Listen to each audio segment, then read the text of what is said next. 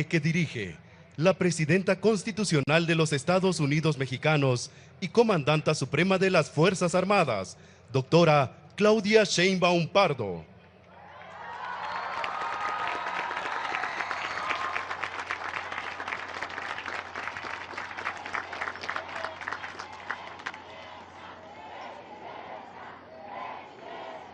Buenas tardes a todas, a todos.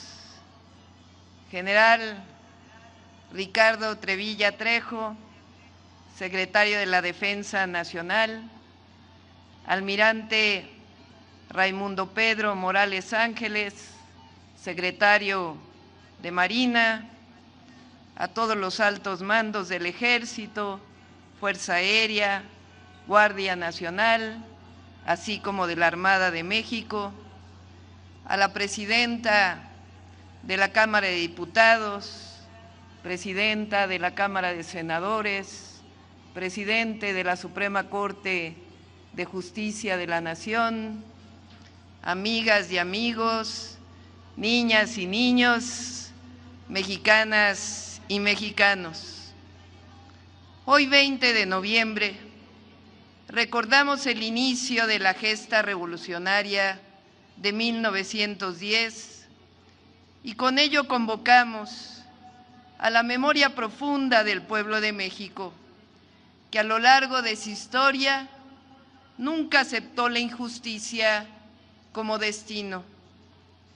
La Revolución Mexicana es una de las grandes transformaciones del siglo XX que reivindicó derechos sociales, soberanía e independencia, recursos de la nación y el derecho del pueblo a elegir a sus gobernantes.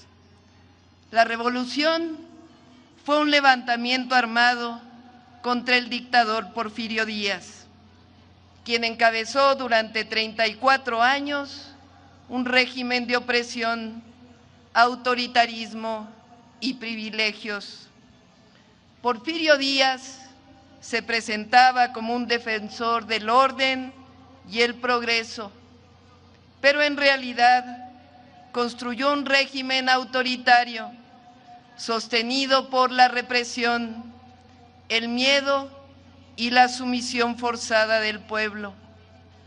Bajo su mando, las elecciones se convirtieron en una simple simulación, donde los resultados ya estaban decididos de antemano y cualquier oposición era perseguida, encarcelada o silenciada.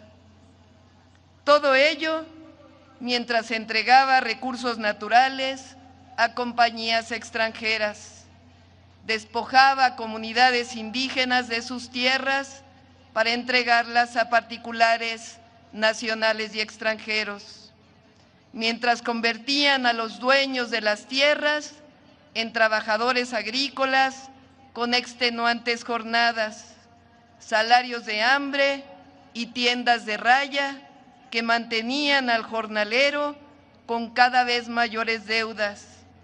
Así, en las haciendas, minas y fábricas predominaban jornadas inhumanas, salarios miserables y castigos para quienes se atrevían a protestar. La represión a los pueblos indígenas fue cruenta. El ejemplo más atroz de ello fue la verdadera guerra de exterminio contra los yaquis, con el objetivo de repartir sus tierras a particulares. El progreso, entre comillas, del porfiriato fue en realidad un progreso para unos cuantos, construido sobre la explotación brutal, el racismo social y la injusticia cotidiana. El país vivía un brillo artificial, ferrocarriles, calles modernizadas en las ciudades, mientras la miseria crecía en el campo, discursos de orden, mientras se reprimía levantamientos a sangre y fuego. Los trabajadores que intentaron organizarse eran perseguidos, encarcelados o asesinados, Las huelgas de Cananea y Río Blanco mostraron al mundo la brutalidad con la que el régimen respondía a la exigencia mínima de justicia.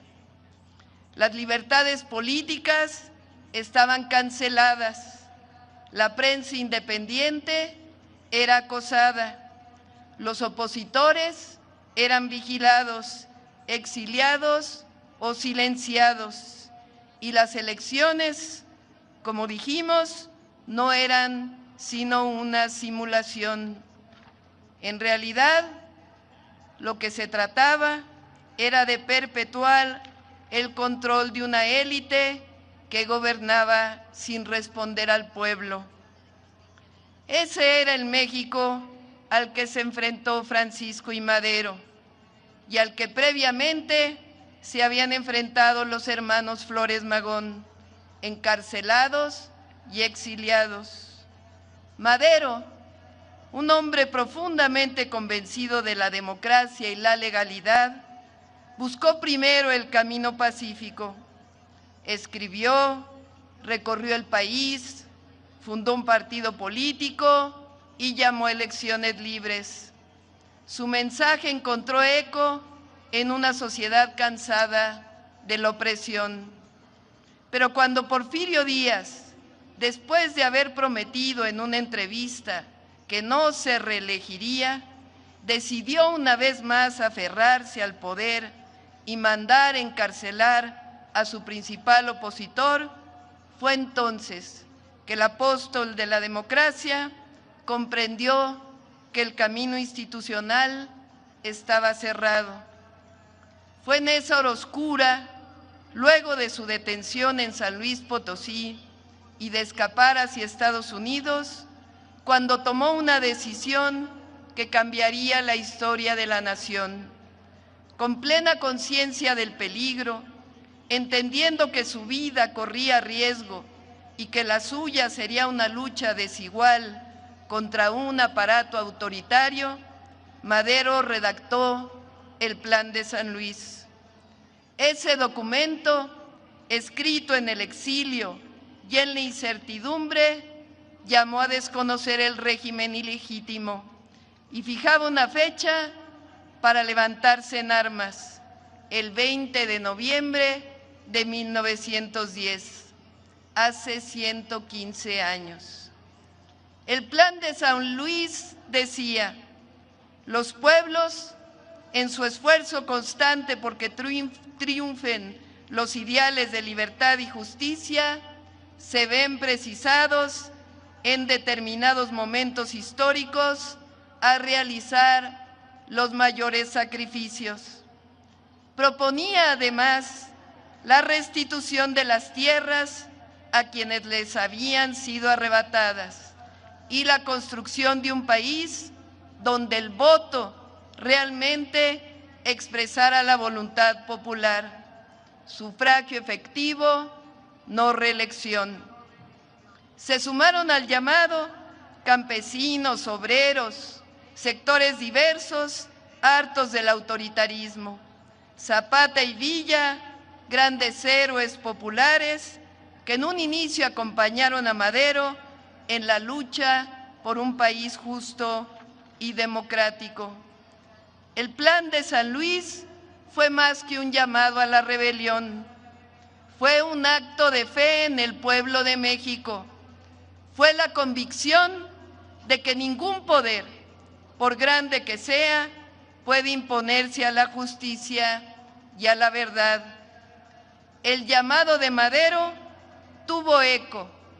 Después de solo 6 meses, el 10 de mayo de 1911, el general Navarro, defensor porfirista de la plaza de Ciudad Juárez, se rinde ante los revolucionarios. Madero emprende su camino hacia la Ciudad de México. Es vitoreado y aclamado en cada pueblo y en cada ciudad.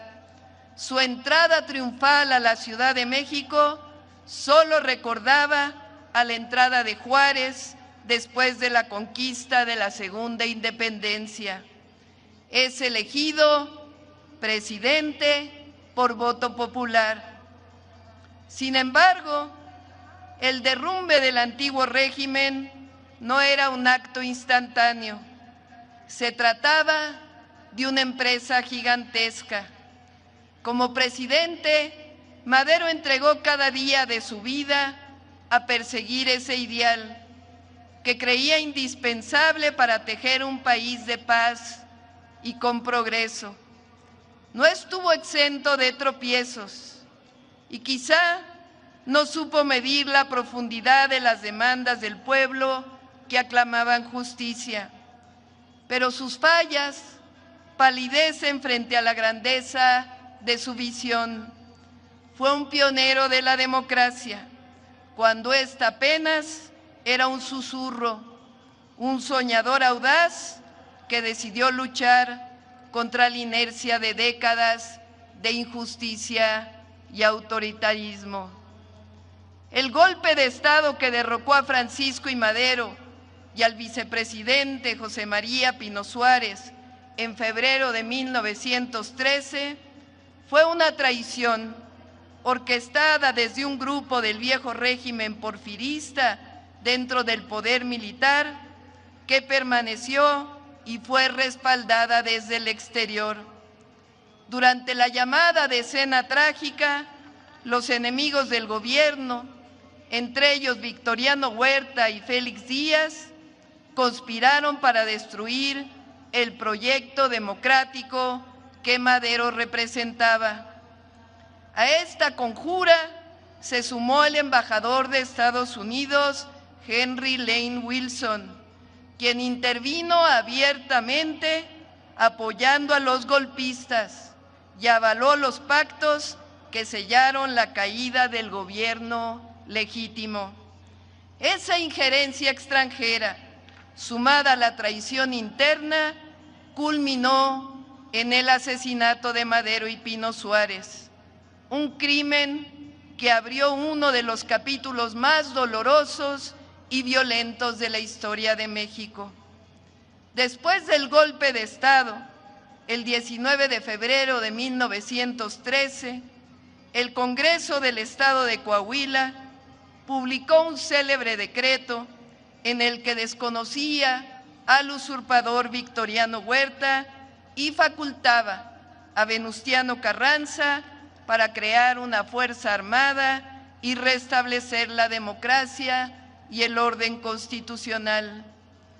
Villa y Zapata continuaron con el movimiento revolucionario para luchar contra el régimen de Huerta, formando parte de las fuerzas que finalmente lo derrocaron. Lo cierto es que la nación entera se convirtió en un campo de batalla, marcado por incendios, hambre y epidemias. Las cifras se estremecen. Entre 1913 y 1917, según don Jesús Silva Herzog, la guerra, la miseria y el tifo arrancaron la vida de 1 millón de mexicanos. Fue un periodo de dolor, traiciones, pero también un momento decisivo en el que el espíritu del pueblo, endurecido por la tragedia, siguió avanzando para alcanzar la patria que soñó Madero. La Revolución Mexicana quedó plasmada en la Constitución de 1917, la más avanzada del mundo en cuanto a justicia social. Se reconocieron las principales demandas del pueblo: el derecho de los campesinos a la tierra, el salario mínimo, la jornada de 8 horas, la organización sindical, la seguridad social, el derecho a la educación, y a pesar de fuertes presiones de compañías y gobiernos extranjeros, se logró recuperar para la nación las riquezas naturales. El general Lázaro Cárdenas cumplió años más tarde la letra escrita de la Constitución de 1917. Más que seguir delineando lo que ocurrió después, hoy quiero poner énfasis en los 34 años del porfirismo y la revolución, pues es una responsabilidad histórica, porque quienes hoy reivindican la mano dura, la fuerza por encima de la ley, los que reivindican la ultraderecha o esa libertad que solo disfrutan los privilegiados, no conocen la historia de México ni a nuestro pueblo. El porfiriato de entonces es al mismo al que quieren convocar ahora, al del despojo, al del exterminio silencioso, al de la esclavitud, al de una prensa callada, al de una paz impuesta. Tampoco hay que olvidar el periodo previo al de la actual transformación, 36 años de regresiones, pobreza, desigualdad, corrupción y privilegios, el periodo neoliberal.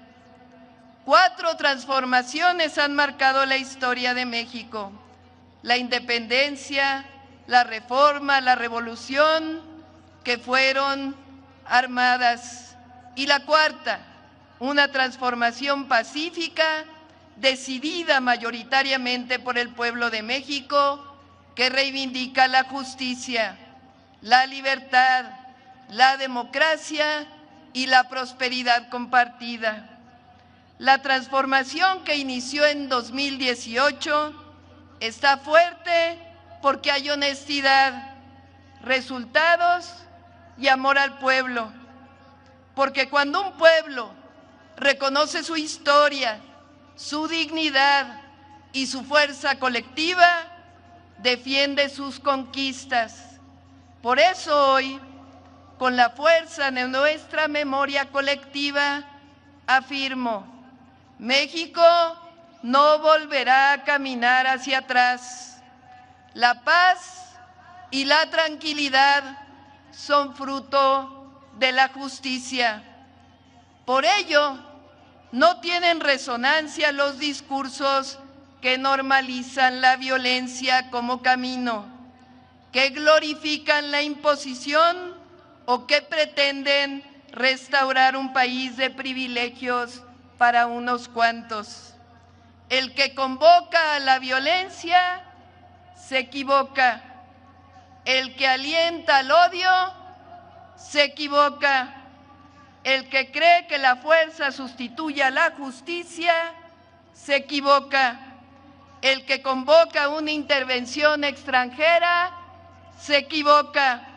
El que convoca, el que piense que aliándose con el exterior tendrá fuerza, se equivoca.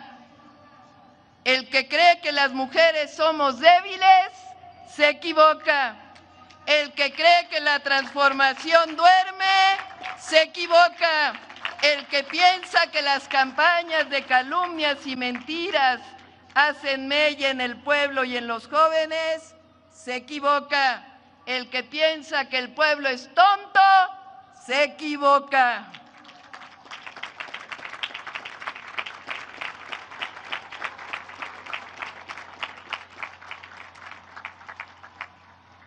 México vive un momento que antes parecía imposible. Hoy el poder ya no se usa para someter, sino para servir. Ya no hay imposiciones ni privilegios. Hay constitución, hay democracia y hay un gobierno que escucha, que respeta y que responde a su pueblo. Hoy las libertades no solo se otorgan desde arriba, se ejercen desde abajo, desde cada barrio, desde cada comunidad, desde cada voz que habla con dignidad. Porque en México ya nadie es silenciado, ya nadie es perseguido por pensar distinto. Y eso es una conquista del pueblo de México. Hoy el gobierno dejó de ser un espacio reservado para unos cuantos. Ya no es un club de privilegiados hoy representa a todas y a todos, a quienes estudian, a quienes trabajan, a los comerciantes, a los jóvenes, a los indígenas, a las mujeres, pero sobre todo representa a las y los que menos tienen, a las y los humildes para poder conseguir su bienestar. Se acabó la era de los lujos del poder, se gobierna con austeridad, con ética, con honestidad, porque que se oiga bien y que se oiga fuerte. La autoridad moral no se compra ni con todo el dinero del mundo, se construye a lo largo de la vida con coherencia y convicciones. Por ello, no aceptamos la corrupción y desde aquí seguimos luchando con la ley en la mano contra la impunidad. El México de hoy es del pueblo que dice: nunca más racismo, nunca más clasismo, nunca más discriminación, nunca más justicia para unos cuantos. Nadie ni nada por encima de la ley, nada por la fuerza, todo por la razón y el derecho. Es una nación que con orgullo defiende sus conquistas, su historia, su memoria y su patrimonio. Nada bueno puede surgir de quienes han hecho de la corrupción su modo de vida. Nada puede esperarse de algunos medios que usan su espacio para la calumnia, de algunos comentócratas que cambian de opinión según su conveniencia, ni de los poderosos cegados por la ambición. Por eso recordamos la historia y sabemos que cuando un gobierno camina con el pueblo, nada ni nadie pueden doblegarlo.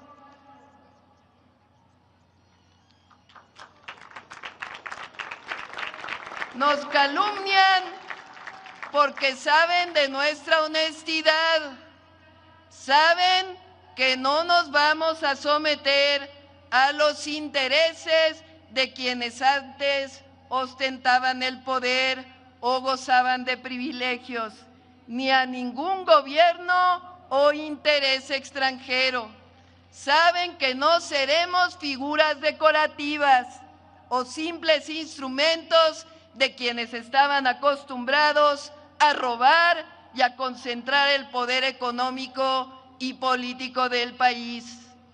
Contamos con el respaldo de la mayoría de las y los mexicanos, sobre todo de quienes habían sido históricamente olvidados, porque buscamos la prosperidad compartida, porque sabemos que por el bien de todos, primero los pobres, y que con el pueblo se hace todo o no se hace nada.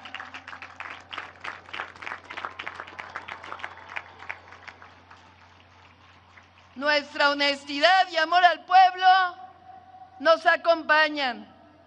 Por eso la campaña de calumnias, de mentiras, no hacen mella, porque el pueblo sabe que no nos vamos a doblegar frente a la ilegalidad o la injusticia. El pueblo de México está más fuerte porque sabe que juntas y juntos defendemos la soberanía, la independencia, la democracia y la justicia. Termino recordando que la Revolución Mexicana nos dejó grandes enseñanzas y legados. Uno de ellos, nuestras Fuerzas Armadas, surgidas de la Revolución Mexicana, surgidas de una gesta heroica del pueblo en contra de un golpe de Estado. Por ello, reconozco y el pueblo de México reconoce su patriotismo, su valor, su entrega y servicio al pueblo. Felicito a todas y todos los oficiales de Marina y Defensa que ascienden este día histórico 20 de noviembre y les convoco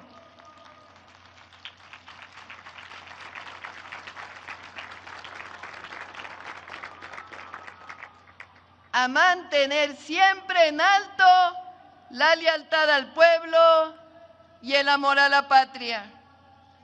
Mexicanas y mexicanos, nuestra historia lo ha demostrado una y otra vez.